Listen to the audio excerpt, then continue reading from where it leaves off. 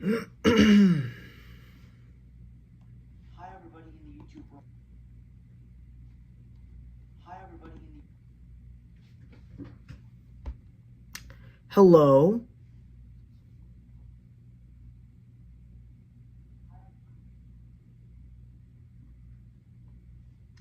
Hello.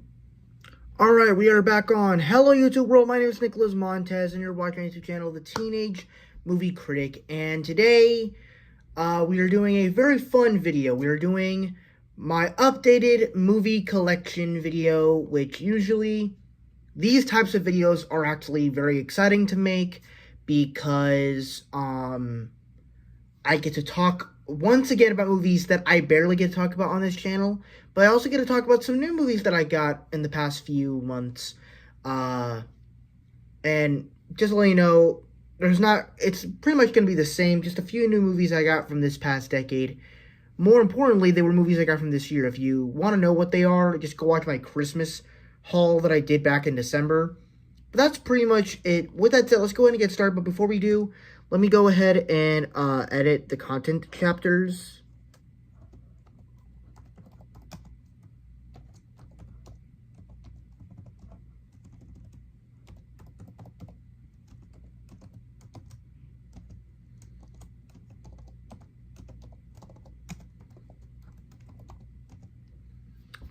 And just to let you know, before we get started, we start off with we actually do this by decades. Everybody does shows their movies in alphabetical order. I show all my movies through the decades. So we only have 80s, 90s, zeros, 2010s, and the 2020s. So with that said, we will start at 210.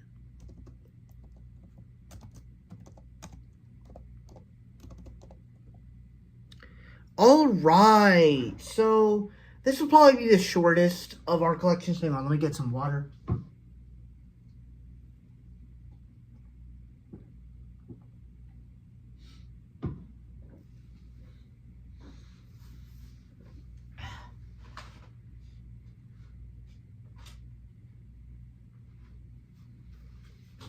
So, yeah, the 80s are very short just because I don't really own a lot of 80s movies. That's more of my other family members. But for the 80s movies that I own, first one up, we have The Secret of the NIMH.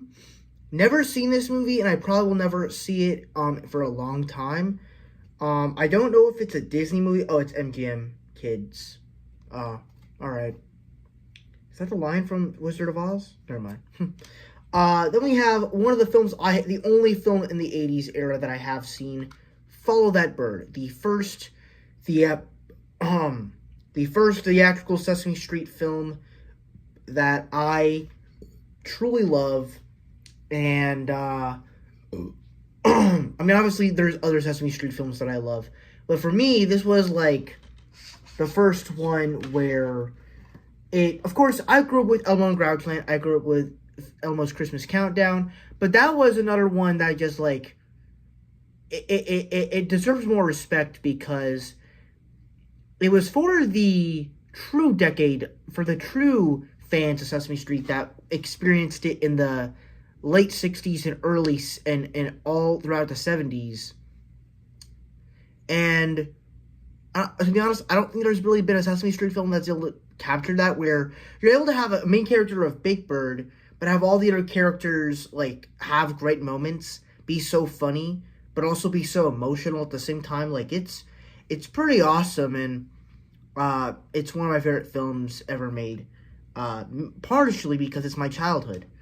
And then to close out the 80s, which is Critters. Yeah, if you're wondering why I'm just holding a disc, it's because some of these movies don't have cases, and my family members don't really care to have them, so I own Critters. And yeah, that closes out the 80s. Yeah, like I said, 80s are very short, not much to really talk about with this one, but we'll get a little bit more into the 90s as we talk about them. First, let me edit to 5.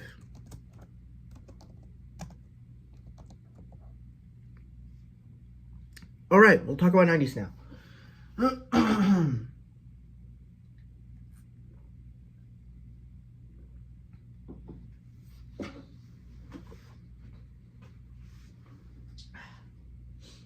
All right, so first one up here, we have both Addams Family and Addams Family Values, which technically they should belong to my sister because she loves these movies, but she didn't really want any of the movies that don't have cases, so I'm owning it now. And I've seen those Addams Family movies. They're fine. They're fun movies. I like the one with Joan Cusack. I can't remember which one that one is, right? I'm pretty sure it's the second one, Addams Family Values, where Joan Cusack is in it, because it's very funny. Next up, we have one of my other favorite movies of all time, The Lion King. One of if my top 2 favorite movies of all time didn't exist, this probably would be my favorite movie of all time. It is so majestic with animation, so beautiful with its music and score. The characters are so lovable. The story, it works. And honestly, the story, while, it's pretty good, but it gets better with age and time as you get older. So I think that it's just one of the best movies ever made that I have ever seen. But more importantly, I love its technicalness of it. With its amazing score, its wonderful characters, its fantastic music of songs, and its gorgeous animation. So, yeah, I love The Lion King. Even though I've stated it many times on this channel before. Then we have The Jungle Book 1994. I believe so. This is the one from 1994, I believe.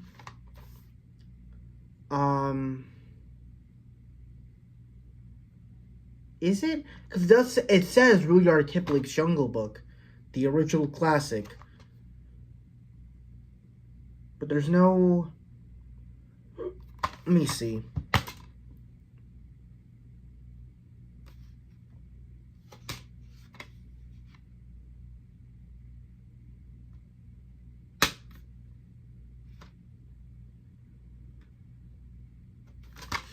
Alright, so I don't think it says anything about it, but this is the 1994 Jungle Book. It's fine. From what I know from the movie, it's pretty good. Definitely, and honestly, it was so crazy because I have a funny story with this one. I bought this thinking this was the 2016 version because I kept seeing the trailers for that 2016 film, and I'm like, that movie looks incredible. I need to see that now, and I was so dumb to think that this was it because it wasn't even out yet. But still a pretty good movie, though. Then we have Balto, another one that was kind of part of my childhood. I remember I watched this when it came out on Sprout, and I was sick at the time. It's a pretty good movie to watch when you're sick. Especially it was about a dog going to get medicine for a little girl who was sick. So I thought that was kind of fun. And there were some fun moments. It's honestly, to be honest, if you were a sick child, not doing crazy things, but if you were a child that was sick, this is a good movie to watch when you're sick. That's all I'm going to say. It's a weird explanation for that, but it works when you're sick.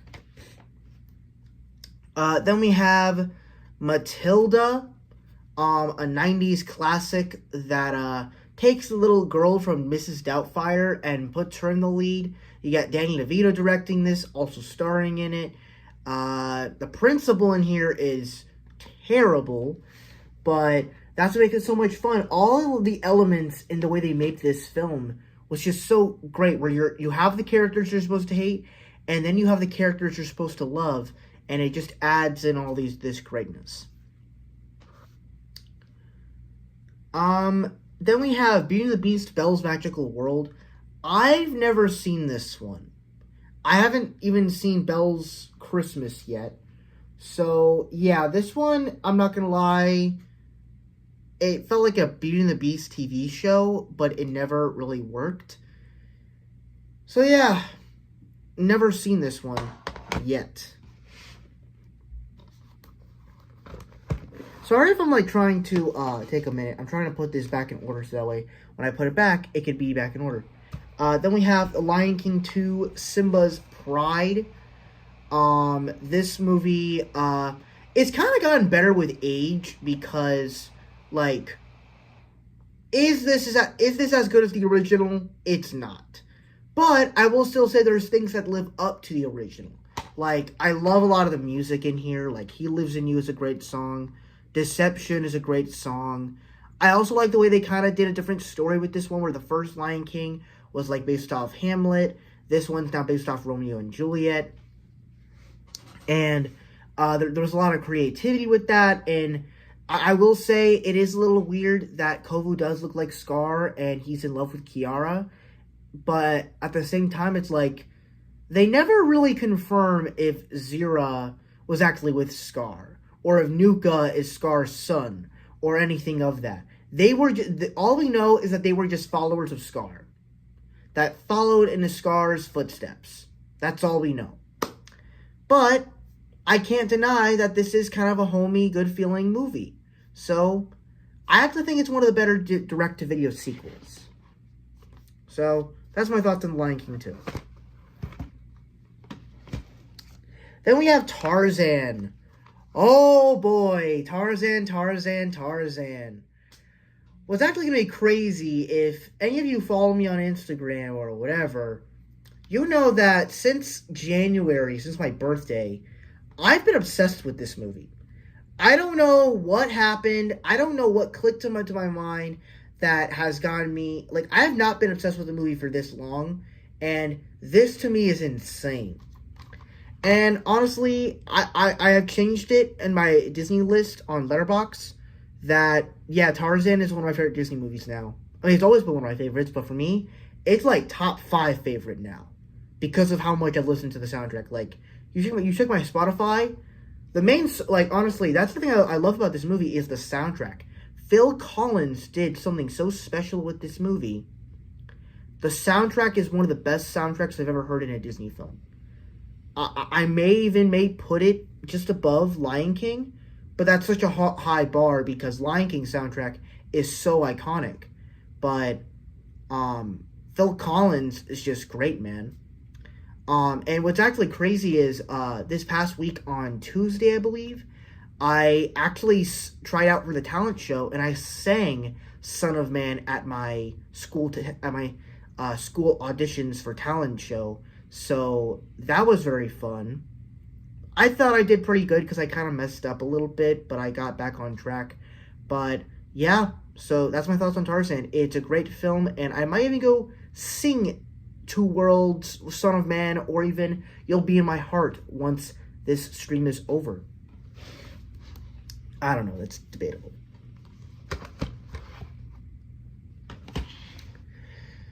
Then we have Stuart Little, the first film. I like the first Stuart Little. I think it's a very home, good feeling movie. And what actually makes it kind of cool, something I kind of forget about is I actually have read the book of Stuart Little. I remember reading it it was definitely third grade. I watched it with I read it with my class, and it was actually pretty fun. Most of the elements just seemed based from the movie, so I didn't really, pay too much attention to it, but, yeah, it's fun, because this is one of the movies that I've actually seen that I've read the book and watched the movie, and, yeah, Stuart Little is pretty good.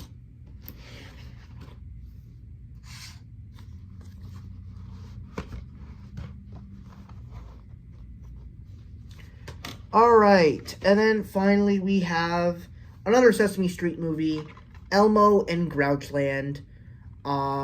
This was, of course, my childhood as well. I mean, I will say it's definitely not as amazing or well executed like Follow That Bird, but as a fan of Sesame Street, as a fan of Jim Henson's productions, and as a fan, or Jim Henson Pictures, and as a fan of Elmo, I can actually say this movie is pretty good. The music in here is actually quite good.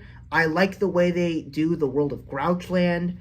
I also really like Huxley's character. He is very evil in stealing Elmo's blanket. My only problem with this movie is the plot itself is a little weird. As, Like, the plot for Follow That Bird is we're trying to search for the main character and bring him back home. This one kind of is the same thing, but except we're going in Oscar's can, and Elmo is trying to look for his blanket that can somehow move and hug each other and stuff and fly. It's a little weird when you actually describe it. And it's a very kidsy movie. Like, Follow That Bird is a kids movie. But it actually has stuff that probably adults can gravitate towards, especially since that decade of Sesame Street was actually very good. Not to say that this era of Sesame Street during the 90s wasn't good. I grew up with that shit. I grew up with Sesame Street on Sprout. So, yeah. But that's all I gotta say for that. And yeah, that closes out the 90s with Elmo and Grouchland. Now we're gonna talk about some of the 2000s movies.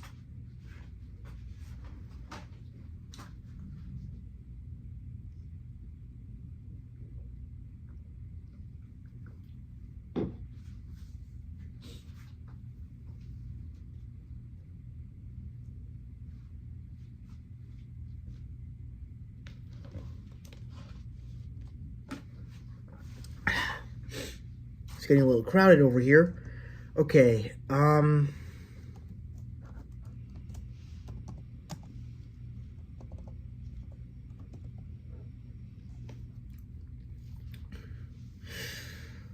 Alright, first one up, we have a few DVDs here. We have the Buzz Lightyear Star Command movie, The Adventure Begins. This is basically the pilot movie for the upcoming TV show that came out during the 2000s. One of my cousins gave me this. I like it. It's a fun Buzz Lightyear movie. And it's definitely, and I'm just going to say this, it's much better than the Lightyear movie we got a few years back. Much better than that. Next up we have Monsters, Inc., a great Pixar movie that really experimented with doing fur, where back then in Pixar's days, one of the interesting things when it comes to, the top, like, Disney properties, Disney, Pixar, Marvel, Disney animated films were films that were pictures coming to life and being told in a film. Making drawings and making them a story into a film. And that's what Pixar did, except you're using computers and computer graphics to make characters and whole worlds. And back in and then of course with Marvel, it was superhero stories, but how do you create those worlds from the comics and bring it to the big screen? You use a bunch of CGI, sometimes practical, but mostly CGI, and they did it perfectly. But back in the day, Pixar had trouble doing, drawing, trying to create humans. They were able to animate toys and bugs because they're not like realistic creatures you can really make human expressions with. So it's a lot easier to make them more lively. And with monsters, this was like the first time where they kind of experimented with hair. And like Sully's fur looks so good. Even to this day, it still looks good. Then we have Ice Age, a Blue Skies movie. It's pretty fun. It's kind of crazy because I think this and Dawn of the Dinosaurs are like the only good Ice Age movies. But this one in particular, like, It's of course very fun. It's my childhood, of course. I used to watch this a lot with my sister. But also it has a lot of heart, especially when you go into the backstory of Manny and realizing he had a family that got killed by hunters. And so when he starts getting with Ellie and has Peaches, it becomes a lot more emotional when you think about it. Then we have the original Tobey Maguire Spider-Man. Love this movie. This is one of my favorite movies of all time. And this was also one of the films that I watched growing up. Spider-Man was my go-to character growing up, along with the Hulk. And just looking back on this movie in general, this was like the go-to like superhero movie that everybody watched. I mean, honestly, this was like, you had Blade, then you had X-Men. Spider-Man was my favorite of those since I've now seen them all. And honestly, what I connect more with the first Spider-Man is I really connect with a lot of the human side of Peter Parker and rather than the Spider-Man adventures, which I do have a little bit of a thing to say about the current state of Spider-Man, which I'll actually be making a video later on today about it, and that while I do love Spider-Man movies, and, Into the Spider-Verse is my favorite Spider-Man movie, and this one is also one of my favorite ones, I feel like as though we've never actually gotten to experience a great Spider-Man experience movie.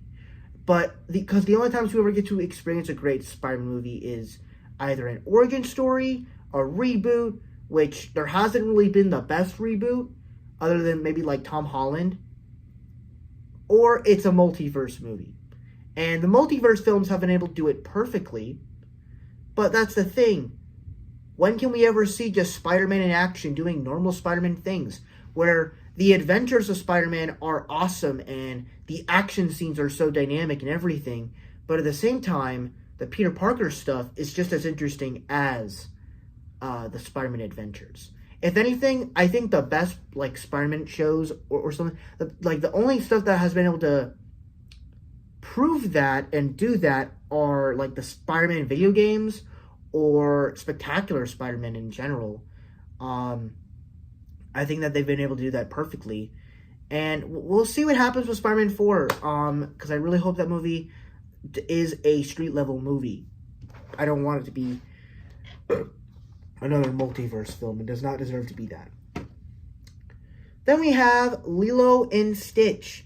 It's actually kind of funny. The live-action trailer just came out for this, and I love how faithful this movie, and I love Lilo and Stitch. It's such a genius movie, because on one hand, what this movie is so great at doing is that it's basically Disney's version of E.T.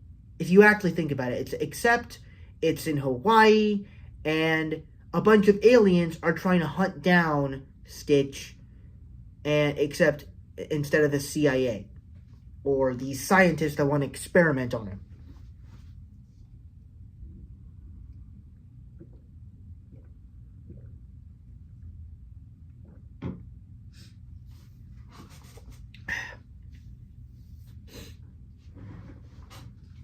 And what I love about it is I love as much as the sad story of Stitch is, where he's this experiment that doesn't really have a family, but when he crash lands on Earth, he finds Lilo, and he finds Nani. He makes a family out of them, and he found it all on his own. And Chris Sanders does a great job of voicing Stitch. But also, I really connect with the story of Nani and Lilo. And honestly, all these parts, whether it's the emotionalness or even the chaos that Stitch is gonna bring in, doing all that stuff, in the live action trailer, stuff like that is making me excited to explore in the live action film, because it's not just gonna be a shot for shot remake. It's gonna be, I feel like it's gonna be doing something entirely new with it while doing similar things, having some of the similar plot beats, but doing something entirely different, where we're having different situations of Nani and Lilo's relationship as sisters and all that good stuff. But also when it comes to the chaos of Stitch, we're gonna have him chasing chickens, acting like a dog, probably watching dogs, drinking lava lamps, all that stuff just seems fun to me. And the fact that the fact that this is the remake that's coming out, that is probably the most recent, because you think of all the other remakes that have come out. You have Snow White, that is a remake to an 80-year-old film. Most of the Disney movies that are coming out these days are remakes to the golden age of Disney movies, or movies from the 70s or the 50s or even the 90s. And this is the one that is like the most recent. This Lilo and Stitch came out in 2002. And the fact that we're going to be able to get the chance to get possibly another great version of that story is quite awesome. And I believe this is also Lilo and Stitch's an original story. It's not based off a book or any type of property. It's an original story from Disney. So props to Disney for this, man. I can't wait for I love this movie, and I can't wait for the Lilo and Stitch remake. And to be clear, I always have hope with these remakes, because we had a movie called Jungle Book, 2016, and it was incredible. Then we have Stuart Little 2.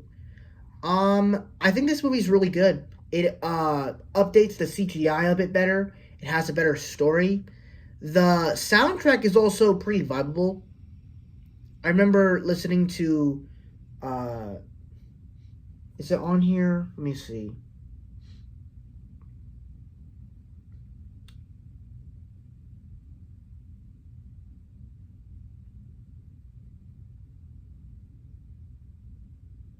Yeah, Celine Dion. Yes, I love listening to Celine Dion's I'm Alive, Live, Live, Live. Yeah, it's a vibeable film, and it also just a nice nostalgia flick, to be honest with you. So, yeah, I like Lilo and Stitch. I don't hear a lot of people talking about those movies though, but I would really like it if people did, because it's pretty good. Next up, we have 8 Mile, the Eminem movie, where he is doing a movie about himself. I think it's pretty good. I think the performance of Eminem in a movie is pretty good. You also get to see an earlier Anthony Mackie in here before he went off to play Falcon and then Captain America. So, yeah, it's pretty good. Yeah.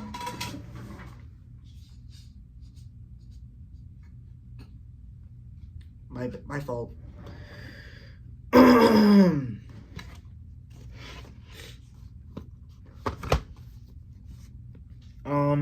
Next up we have Finding Nemo, one of my personal favorite Pixar films, my favorite Pixar film, in fact. And this movie just works on every single level. From, like, Lion King is my favorite 2D animated film, and like I said with Monsters, Inc., in the way they were able to create just this beautiful and this great animation with doing hair, Finding Nemo comes out like 2 years later, and it blows it out with doing such gorgeous animation of the fish, but as well as the gorgeous world of the ocean. And, like, literally, you can literally tell that is a real ocean right there. Like, that is insane to me. But also what makes it work so well are the characters, as well as the empowering story. And also, much like, I don't know if Lion King is the right one to compare, but Finding Nemo is another one of those films that just feels good to me. Like, I just feel calm, I feel selected, and I love watching it to where it's able to make me laugh, and then it's able to make me just feel peaceful. So, I love Finding Nemo for that. It's absolutely amazing. Then we have Hulk, 2003. A lot of people complain about this movie, but honestly, I think it does a really good Hulk story. You get good Hulk action, and I feel like this one does the best job at explaining why does Bruce Banner become the Hulk. It's not really because of gamma radiation. It's because of the experiments that his father put on him, that the rage of the Hulk represents of Bruce Banner's trauma. And honestly, I think that's a great way to explain it, because if you just happen to have Bruce Banner just turning into the Hulk just because you sting him a little bit, it's not as exciting. You have to get him extremely mad, and this one, I feel like, just explains a lot. And all the Hulk action, though I do think The Incredible Hulk does some things a little better, I still like what they did with the movie.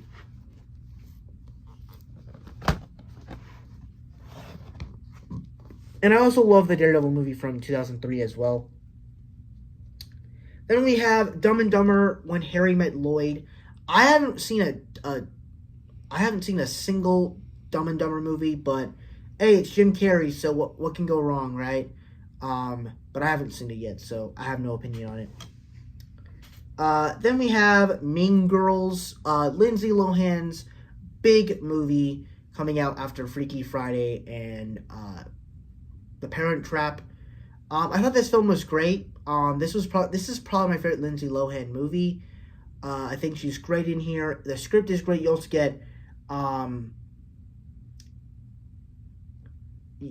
get young Rachel McAdams in here. She's great. And also, I'm excited to see Lindsay Lohan back on the big screen for Freakier Friday. Then we have Garfield, the movie with Bill Murray's version. Yeah, this is my childhood. I used to watch this a lot. Seeing Bill Murray play this fat cat, it's fun. And seeing him eat lasagna is fun. A lot of the stuff with him and Odie is fun. It's just a fun old time. So, I enjoy it.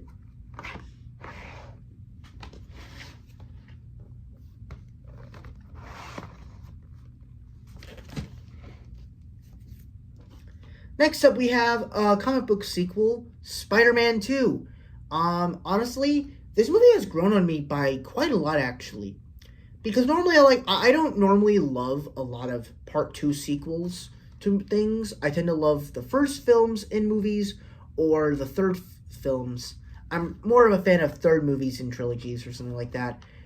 And Spider-Man 2, I would say, is the best exception of a sequel done right, where they were just able to establish all of the great themes and characteristics from the first movie and just put it on that screen and continue that story gratefully.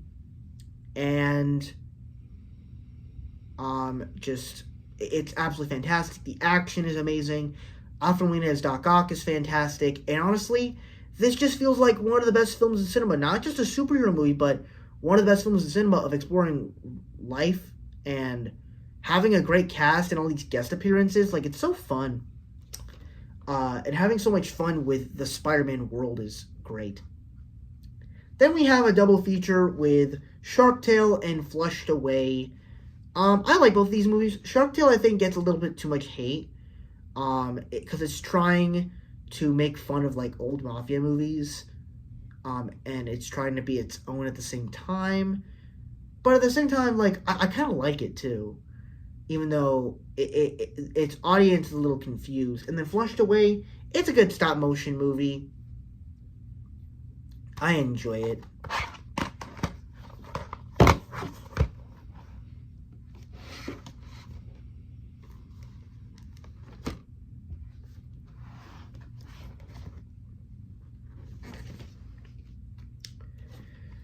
Then we have Stuart Little 3, Call of the Wild.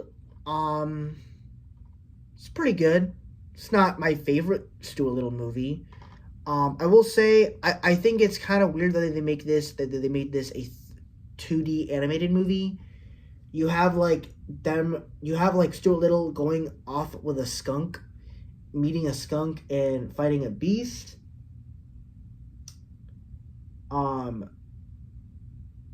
It's a little weird at times, but I still kind of get some fun out of it. So, yeah, it's alright.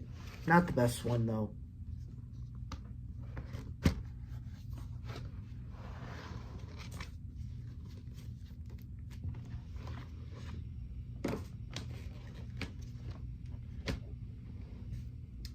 Then we have Madagascar. A very odd movie, but very fitting for my likeliness. I love movies about animals and animal characters, and this one fits perfectly. It's a very funny movie with Alex the lion, Gloria the hippo, Melman the giraffe, and Marty the zebra. It's very fun. The plot doesn't make a whole lot of sense, but that's kind of the reason why it is still a pretty good time. Then we have Charlie and the Chocolate Factory. Hated this movie. Johnny Depp does not deserve to be Willy Wonka. Timothy Chalamet did this role better. That's all I'll say. Then we have this movie that I don't even know what this is. Tristan plus Isolde. I have no idea what this movie is. Is that Jennifer Lopez? Not Jennifer Lopez. Jennifer Lawrence? I don't know. I have no idea.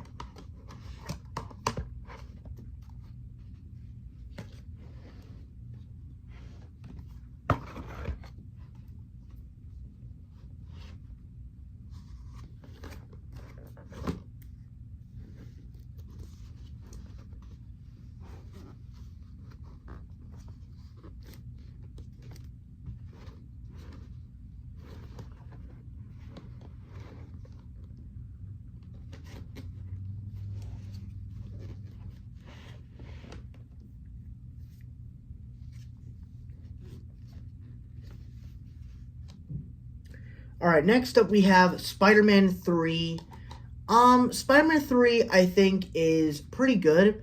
I will say it's very flawed. The plot, they try to do a lot of stuff and it doesn't really have a specific coexistent plot. They try to do the death of Uncle Ben storyline with Sandman, and they try to do the Venom storyline. They try to do Eddie Brock.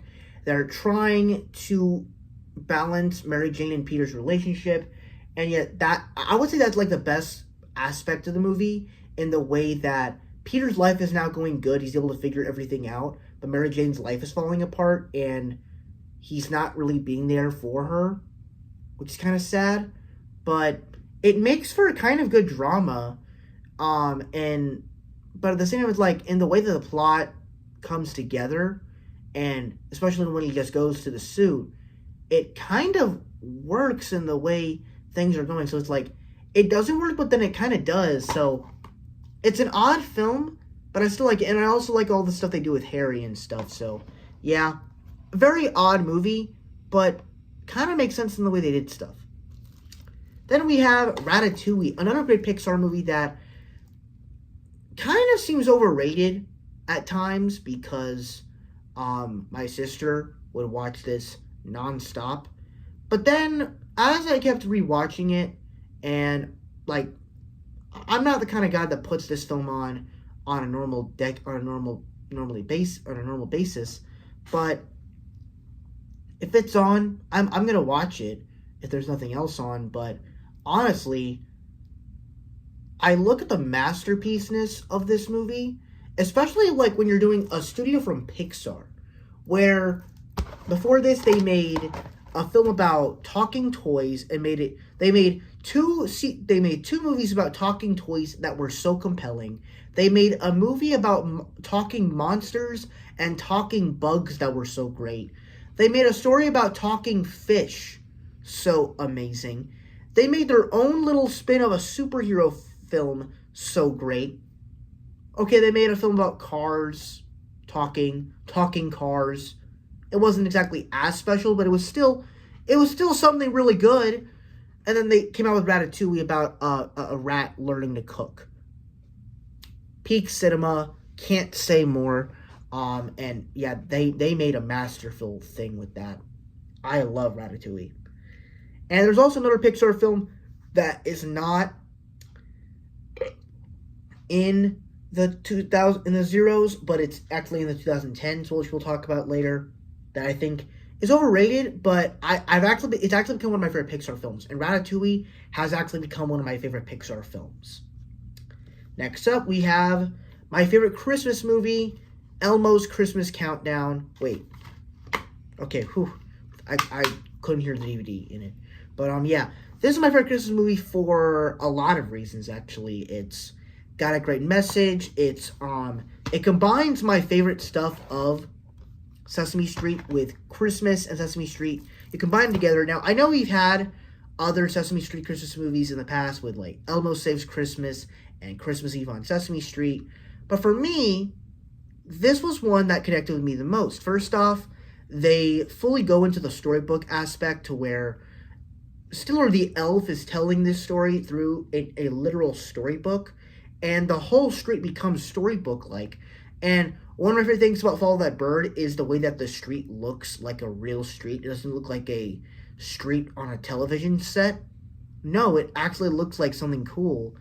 And not only that, while our three main characters are Elmo, Abby, and Stiller the elf, all of the characters in this special get a great moment to shine, whether it's Super Grover falling on the elf, Bert getting a box caught in his oatmeal, or even in the little boxes surprises we get, they're great with the characters. We get Ernie and Bert like trying to make a little television Christmas special of being like, hey, you got a gingerbread man stuck in your ear, right? And I can't hear you. And it's like it's so great. And even the celebrity appearances in here are so hilarious, like Jamie Foxx, Alicia Keys, Sheryl Crow,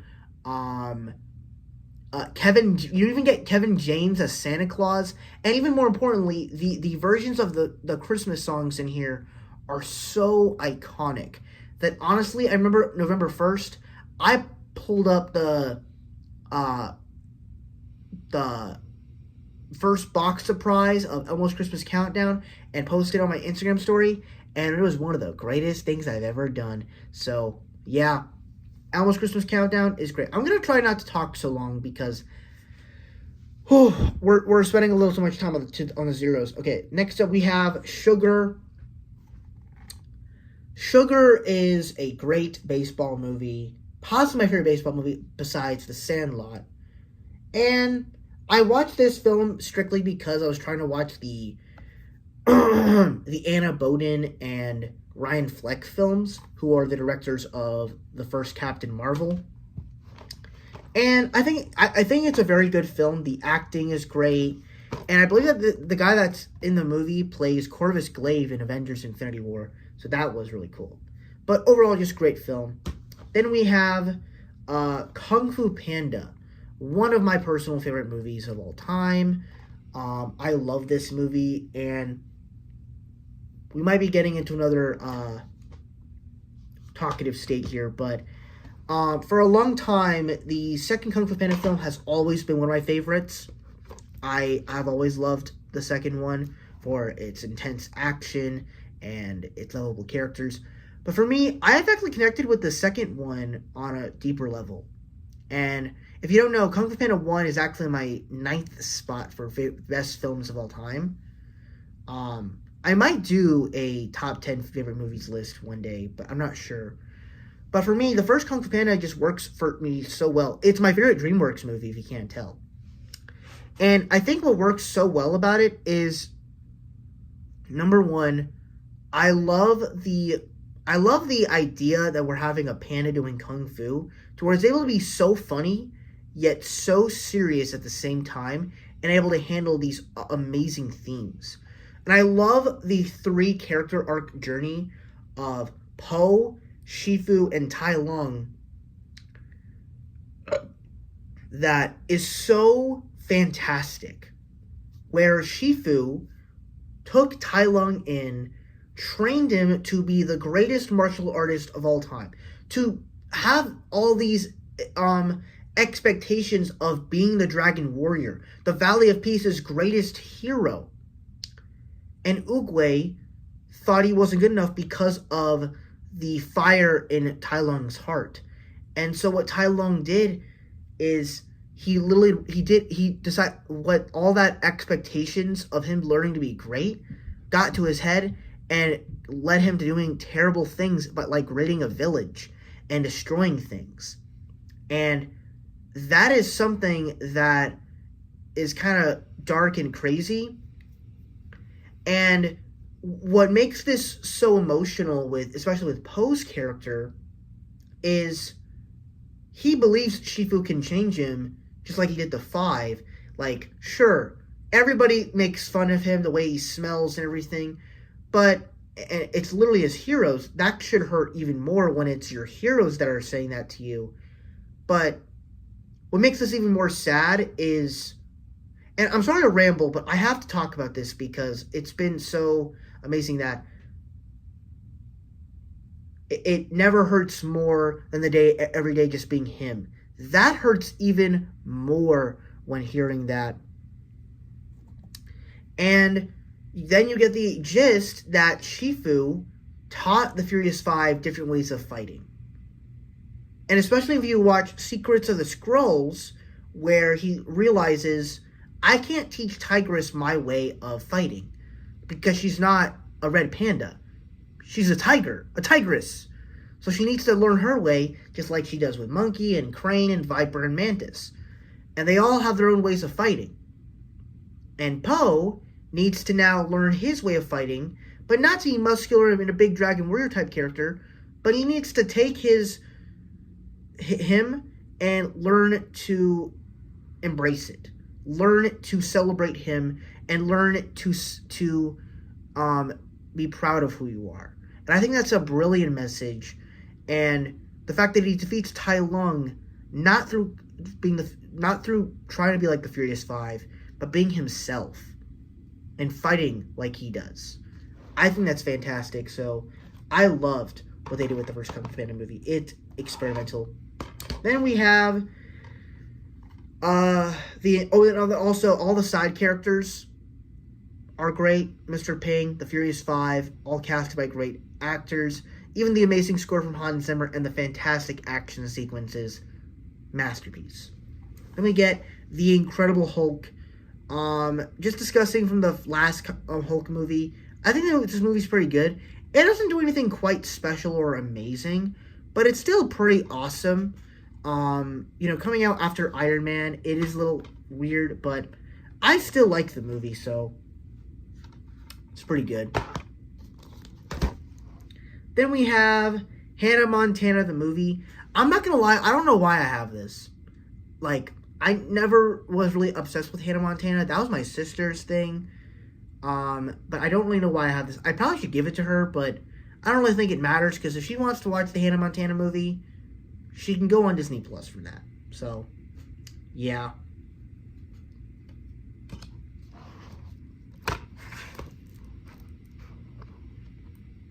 Next up, we have Ice Age Dawn of the Dinosaurs, and if you can hear this, it's Ice Age Collision Course.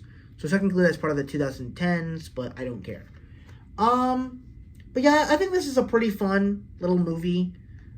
Dawn of the Dinosaurs is very great. Collision Course, not so much. I love the addition of Buck's character, and I love seeing dinosaurs in this world, which is kind of great because, we're in this world of extinct animals, and dinosaurs is one of them, and so to bring that into the picture was really great, but also get this, mysterious aspect to it. Manny and Ellie having a baby while Sid goes missing and adopts 3 dinosaur babies, or really dinosaur eggs. So, it has a lot of great elements in the way the story comes together, so I really like it.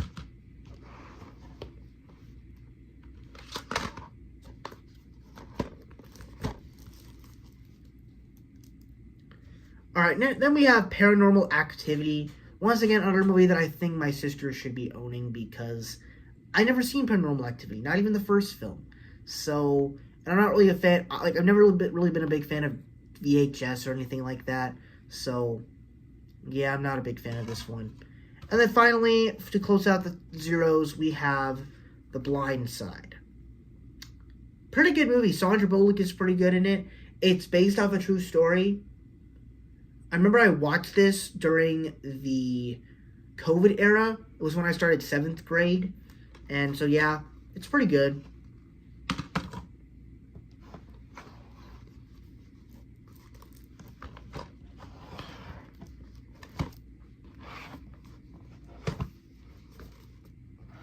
So yeah, I like this one.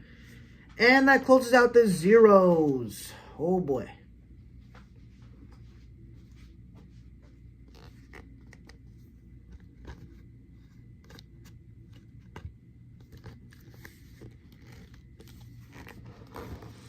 Alright, let's put this back over here.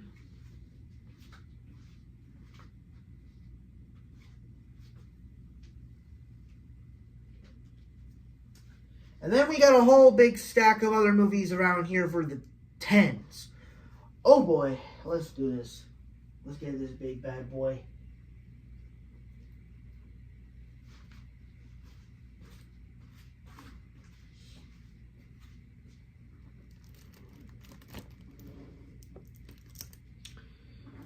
All right.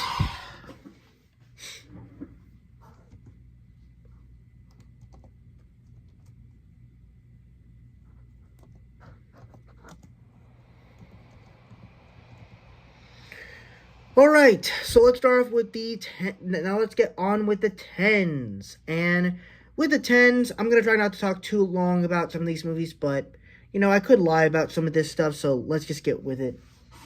First up, we have Green Lantern, which, not really sure why I bought this movie or why I own it. I saw it last year because I saw Deadpool Wolverine and wanted to see a very famous Ryan Reynolds movie, and yeah, I don't think it was the best pick to choose for that type of watch, but it's alright. Then we have Kung Fu Panda 2. A great sequel that I think is very good. Um, Once again, I discussed in my opinions with between the first film and the second movie. I think this is a fantastic sequel. However, and I think it's a fantastic movie. However, I just think the strengths of Tai Lung's, you know, motivation seems a lot stronger than Shen's motivation. Because what exactly drove him to wanting to make fireworks a weapon, but also wanting to kill pandas? Because what? Black and White was after him? It's still menacing in the way it's depicted, especially with the 2D and 3D animation. So I still love it, but I wish the motivation was a bit better there. Then we have Puss in Boots. I'm gonna be right here and say it. I love Puss in Boots. I think that this is like one of my personal favorite DreamWorks movies, and it's one of my childhood favorites. I just think they took the Shrek movie and just made it like very iconic. And Puss in Boots is one of my favorite characters in the Shrek universe. And hopefully we get a Puss in Boots 3, because I really want something more of this. So I loved Puss in Boots 2011. Then we have Alvin the Chipmunks Shipwrecked. Very fun Alvin the Chipmunks movie. They utilize all the characters really nicely, and the jungle aspect is very fun.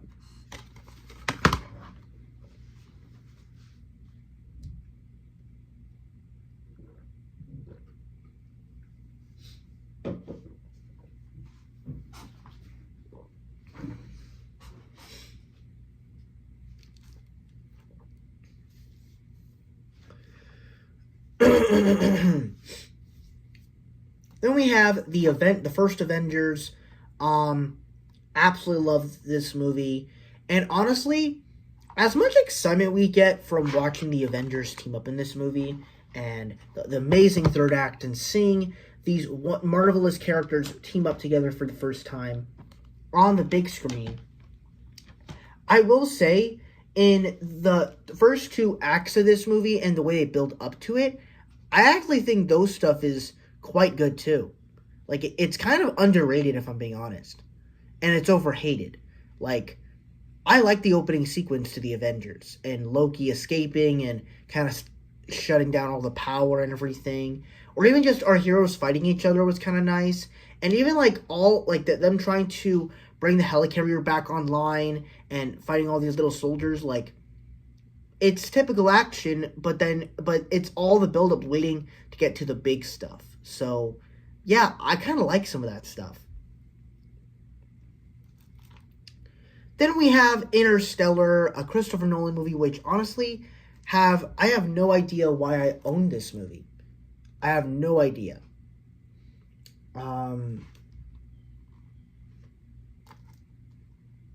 Hold up.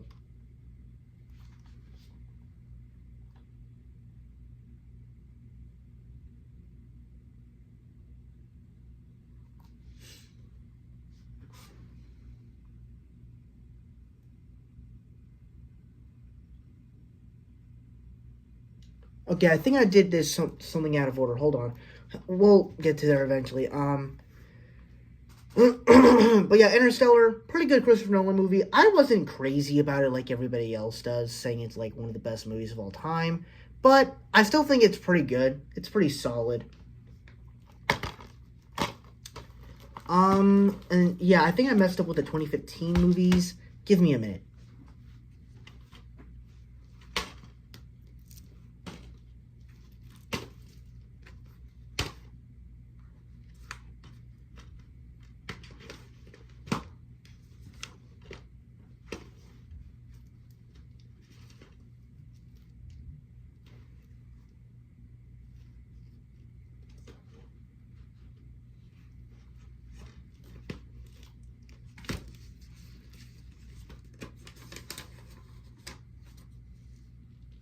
Alright, we fixed it.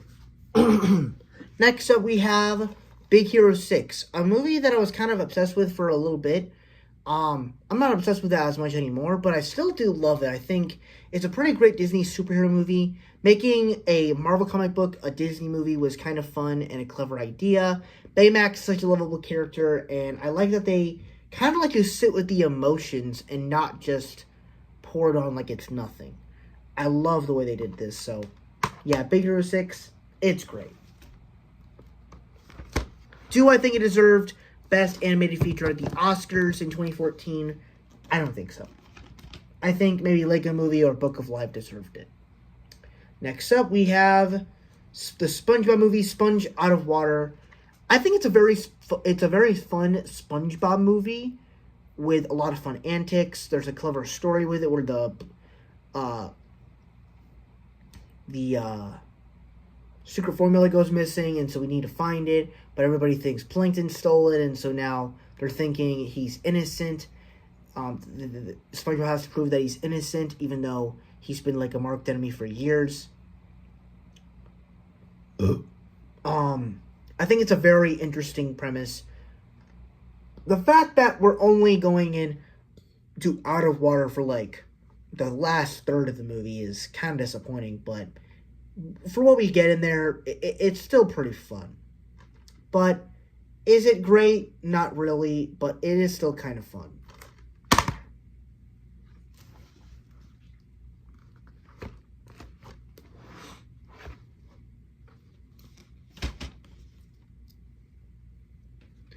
Next up, we have Avengers Age of Ultron. A pretty good Avengers movie. I think it does quite a lot of storytelling and world building. It doesn't do quite as great. It's got a lot of fun action. There's a lot of great moments in here. I think it kind of overloads you with a whole lot of stuff that it does so much, but bigger is not always better. I think Ultron is pretty good in here, and I like the introduction to Scarlet Witch, Quicksilver, and Vision. So, yeah, pretty good movie.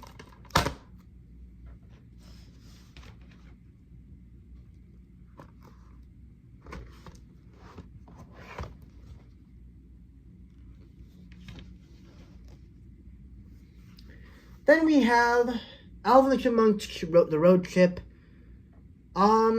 I think this is the weakest Alvin and the Chipmunks movie. There's kind of some heart to it, but it's kind of an odd film in the way they did it, so yeah, not my favorite. Plus the Chipettes are barely in it too, so kind of makes it disappointing.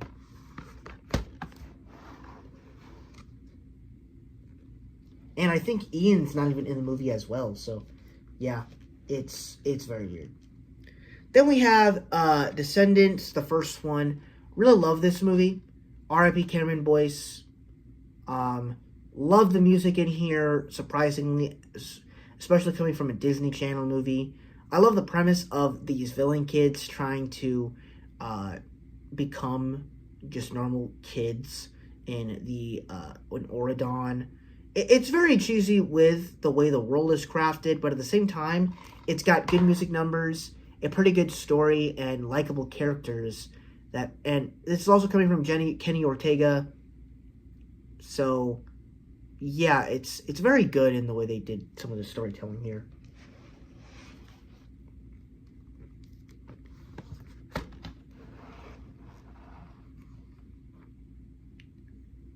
That is a very dumb question. No, they are not. Cameron Boyce is dead. Carlos is gone. I don't even think they're doing a Descendants 5. Oh, no, wait, I keep forgetting Descendants 4 exists. Oh, well. Fantastic. I don't hate it like everybody else does, but it's definitely not the best movie. But if I'm being completely honest, I don't really know what people want from a Fantastic Four movie. Like, obviously, you know, I'm not as crazy about the darkish costumes these characters have in the movie, but it's fine. Maybe we can redeem them if we bring them back in Secret Wars? Question mark? But, yeah, that's my thoughts. Then we have The Lion Guard, Return of the Roar.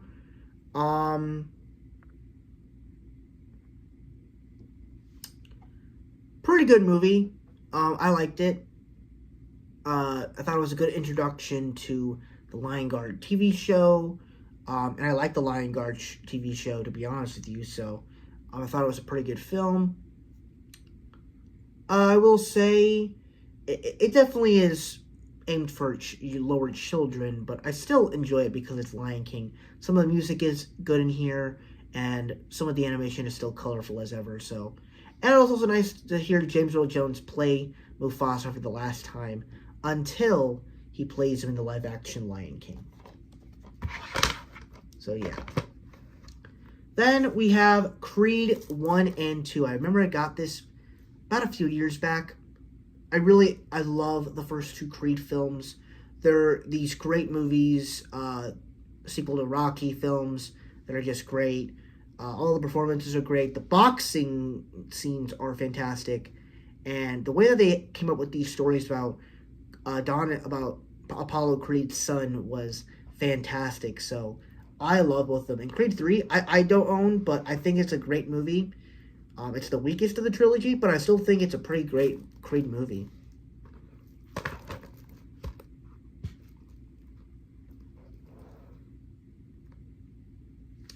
Then we have Zootopia. Actually, hold up. Let me fix something real quick.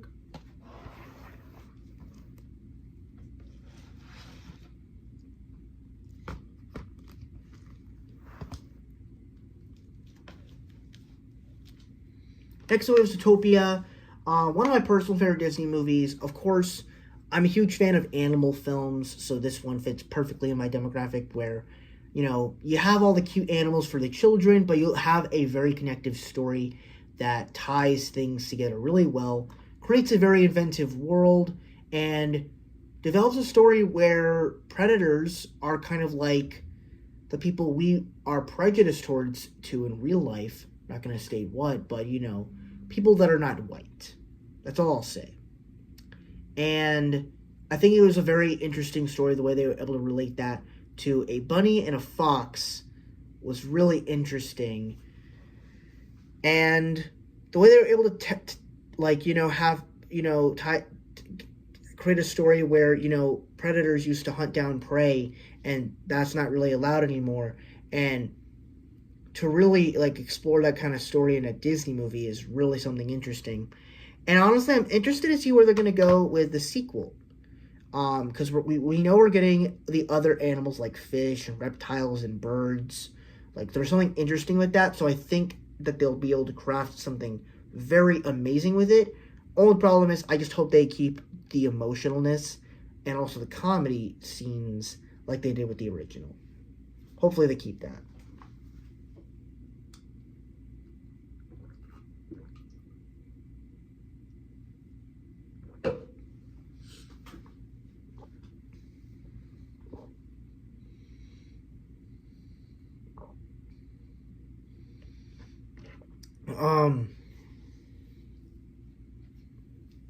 Next up, we have Captain America: Civil War, one of my personal favorite movies from Disney. Well, not Disney, from Marvel Studios, and one of my favorite films of all time, just period.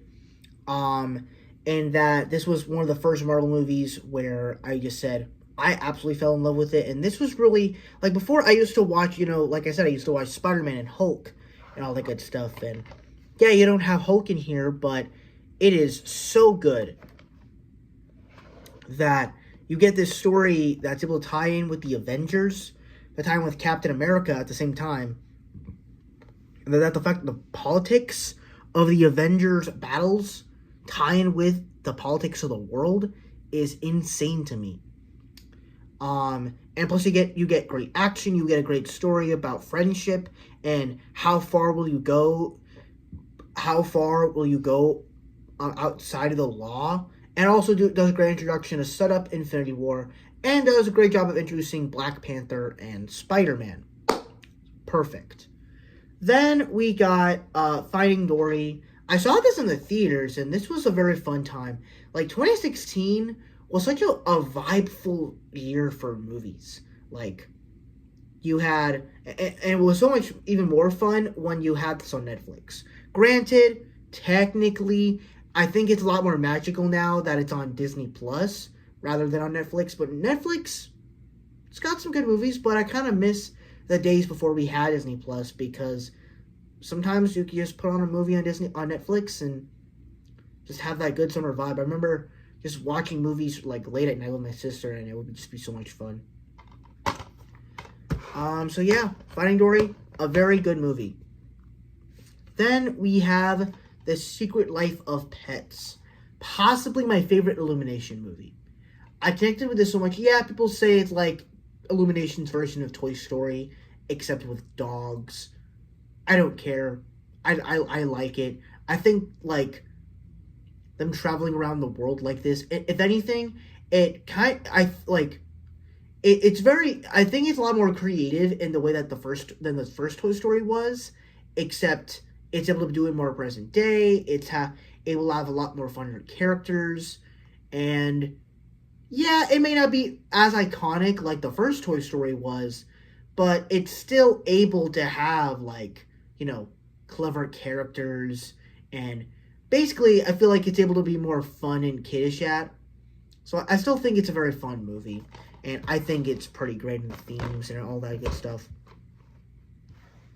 And it was just very iconic for me. Let me fix this real quick.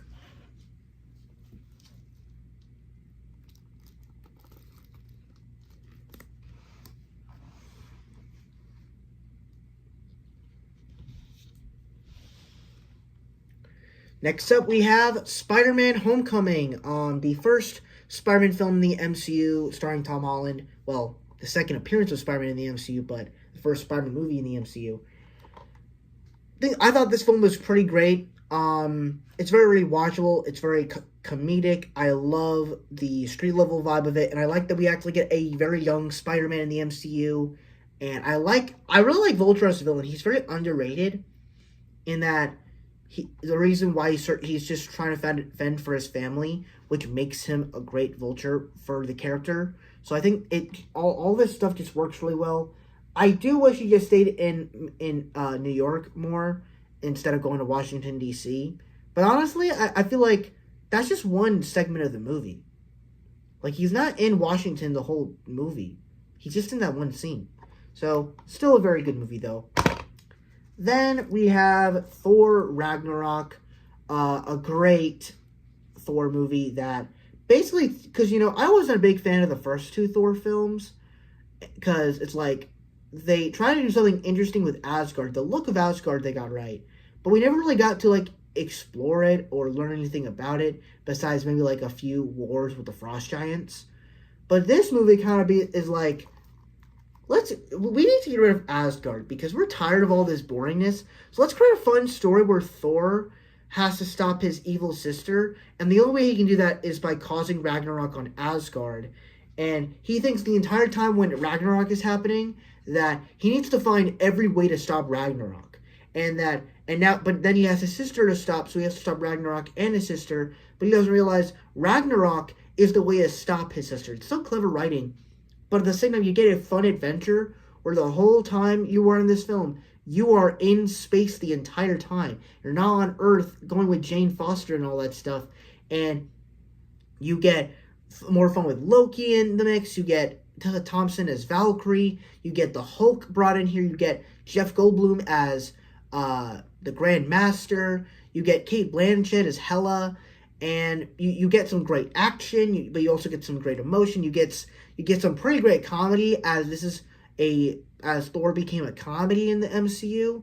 So it's like, this movie has reinvented the whole character of Thor, and did such an excellent job with that. So I love Thor Ragnarok. What's in here? Oh.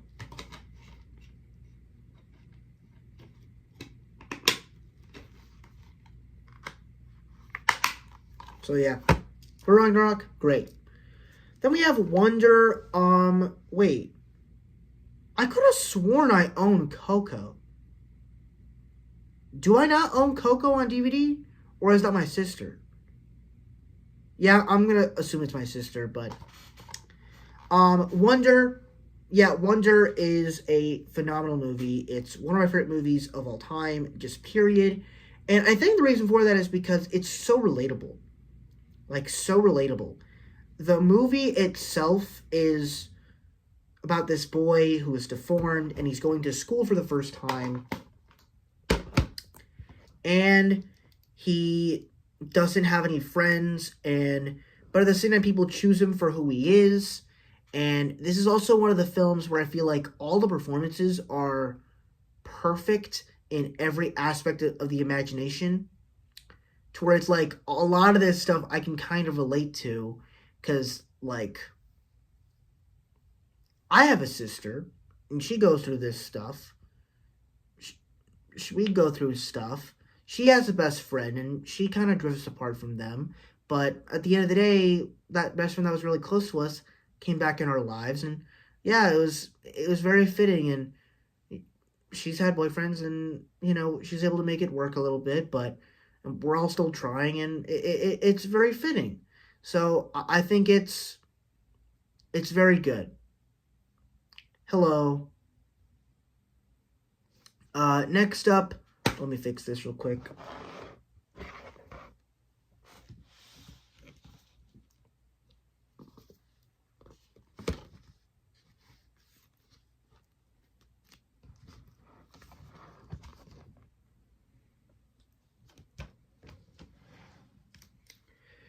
Next up, we have my favorite movie of all time, Avengers Infinity War. Man, oh man, is this my favorite movie of all time. And I don't really have too much to say more about this film that I haven't said before. It's just one of the best movies of all time. They took what was so great about the original Avengers and making all these characters team up and having it be awesome. This one makes it so great because you get all of the characters throughout this entire franchise teaming up for the first time in a lot of different groups, and you get to see them fight Thanos. You get awesome battles, but I love the way they handle Thanos in this movie, and the ending is powerful. So powerful. Then we have Incredibles 2. A lot of people prefer the first one over this. I love the second one, and I actually prefer it over the first one, mainly because it just does a lot of better things with the story. I think they find a suitable story that fits the movie right. Where, don't get me wrong, I like the first one for, and in some ways I feel like the first story feels a lot more original. We're having this man who falls in love with a woman that is also a superhero, and he goes out, and he has to retire because superheroes are illegal, but he gets this job offer to go out and be super again, but realizes I feel like the intrigue of that is not as exciting, but there's some fun action. But when you get the family involved in all of it, it's really fun, and the action throughout that is really great. And I will say, when it comes to the main conflict of Syndrome, that is, to me, what makes it a little disappointing of superhero movies. Is there's great aspects, but the villain stuff with Syndrome and all that stuff, and the reveal of Jack and him beating him up, and we're just happening to stop a robot machine in the city, it's not as exciting.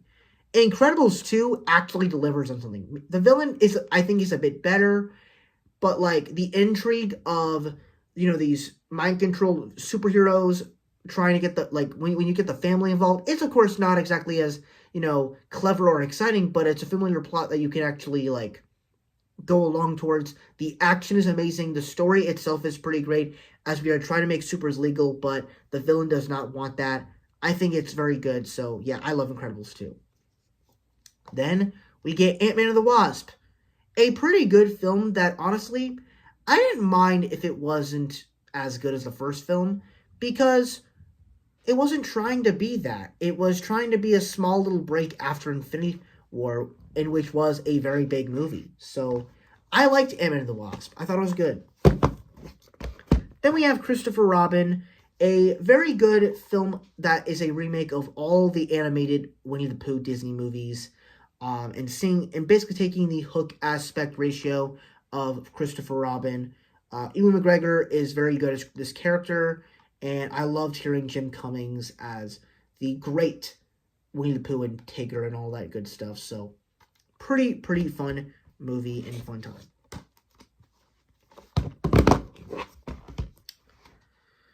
All right, let's get on to the last year of the 2010s era.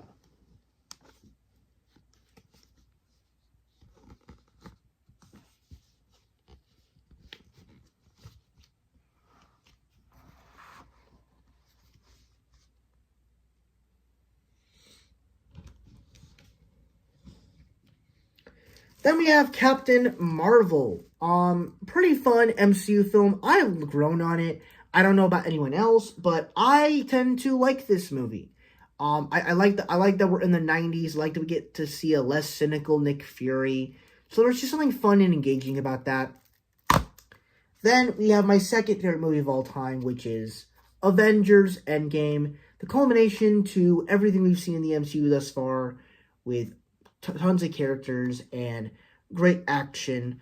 I love that we get like 3 stories in one, where one half of the movie is like a drama for all the surviving characters. The second part is a time travel and fan servicey movie.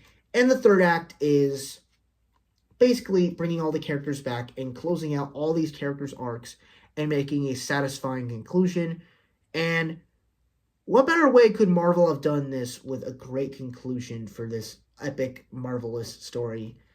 I loved Endgame. Then we have Toy Story 4, a film that I did not know I needed, which I was very excited for it because I just wanted to see more of Bonnie and Andy's toys interacting with each other and kind of figuring out their differences. But, while I'm very disappointed in the way they used Forky as a plot device to get everything going, and also I wish we had more of the toys being in the film rather than just being trapped in a van the whole time. I actually did love this adventure where we still get a great Toy Story film with this movie. Like, we get some fun characters with like Ducky and Bunny. We get Bo Peep back into the mix. We get Gabby in here. We get Duke Boom. We get all these great characters, and it still finds a way to make an emotional Toy Story film that, yeah, I think it's the weakest of all 4 films, but I still think it's pretty great. I am very excited for Toy Story 5, because I keep hearing something about Jessie having a very intense backstory, which I'm pretty sure coming out after Toy Story 4, in the way Woody gave the aspect, the controls to Jessie to be the next cowgirl, and now she's going to be obsessed. Now Bonnie is going to be obsessed with being on a tablet the whole time. She's not going to want to play with Jessie no more. So now Jessie's going to have to experience what Woody went through, and that's going to be sad. She's going to have to experience Emily all over again. That's my theory, though. I don't know if that's going to happen, but we'll have to wait and see. Then we have The Lion King 2019. If you can't tell, I haven't opened it because I don't watch movies that I can watch on a streaming service. But I still really like the movie. The film is gorgeous. Is it as good as the original? Not technically. But I still do absolutely love this movie. And I love all the music. I love Hans Zimmer's updated score. I love some of the usage of the other characters, like the hyenas. They made them more creepier. I actually prefer these versions of Timon and Pumbaa more than the one in the original. That might be a hot take. I also really like the way they do Scar and Zazu in here. So yeah, a lot of great stuff with this version. I think it's very overhated, and that you need to look at the technical aspect of this one because it is great. Then we have Good Boys. basically super bad for for preteens. This movie is hilarious. I remember when I first watched this, I was laughing my balls off. This is so hilarious. Of these kids who want to learn how to kiss so that way they can go to a spin the bottle type game with their friends. It's so hilarious. It's so fun, and it stars Jacob Tremblay, who was just in one of my favorite movies of all time, Wonder, and now he's doing this movie that's rated R. So, yeah, it's really fun.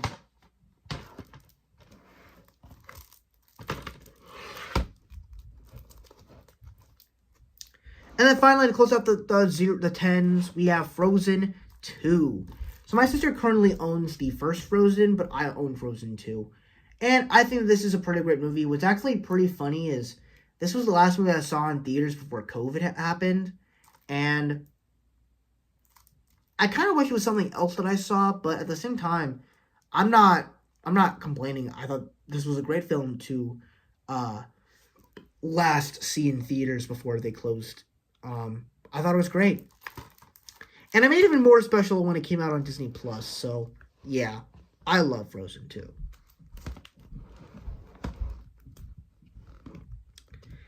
And that closes out the tens. And now we're going to talk about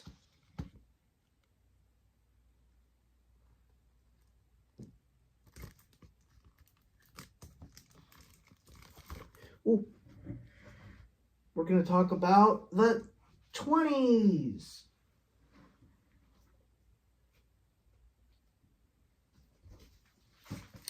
Which won't be very long because I only have 6 movies in here.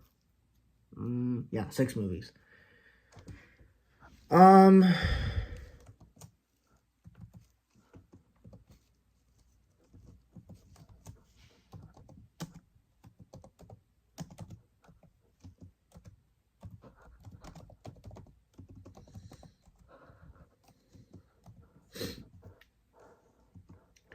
Okay, so to finally close this video out, we're going to close it out with the 20s. And first movie we have up here, we have Soul, one of the first Pixar movies that I own. I was kind of surprised that I was able to get this on DVD because it's a Disney Plus original. And to be honest, it feels kind of weird to own a movie that started off as streaming and now you can kind of own it anywhere, especially if you don't own Disney Plus. So, but yeah, I still think it's a great Pixar movie. It's one of my personal favorites. And that, at first I didn't really quite understand it because I'm so it's about, what, life or something? But as I've gotten older, I'm like, oh, I understand this completely now. And this is, extraordinary awesome. Then we have, Raya and the Last Dragon. Great Disney movie that I feel like needs to get more love because this movie is awesome. The action is fantastic, the animation is beautiful, the characters are wonderful, and the way the story comes together is really well told. Then we have the greatest Spider-Man experience, Spider-Man No Way Home. One of the best Spider-Man movies in my opinion, and as much greatness that I love about this movie, where we get to see the past Spider-Man villains and our past Spider-Men, and we get Spider-Man coming back into his Spider-Man-isms. I really hope they don't do the same thing what they did with Spider-Man 4 with this. Spider-Man 4 needs to be a street-level movie, and I think everybody will be happy. And then we have Spider-Man Across the Spider-Verse. This one, I love a lot of things about it. I do think it's a little bit overrated. It's a little bit overrated that everybody claims this to be, the greatest movie of all time. The next Empire Strikes Back of the 21st century.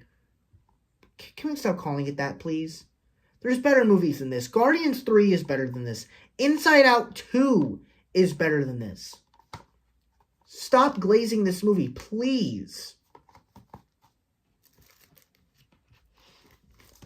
There's better movies to glaze out there.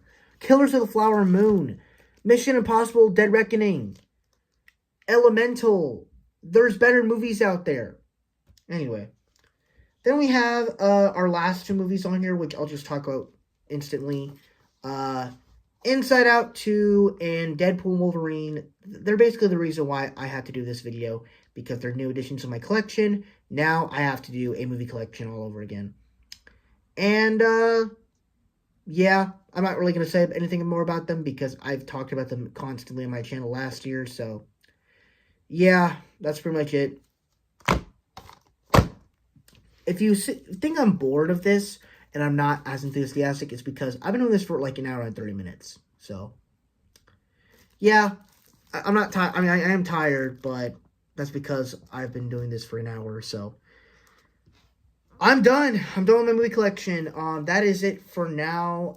Thank you guys so much for watching. I really hope you enjoyed. If you could like, comment, and subscribe. And I will see you guys in the next video. See y'all later.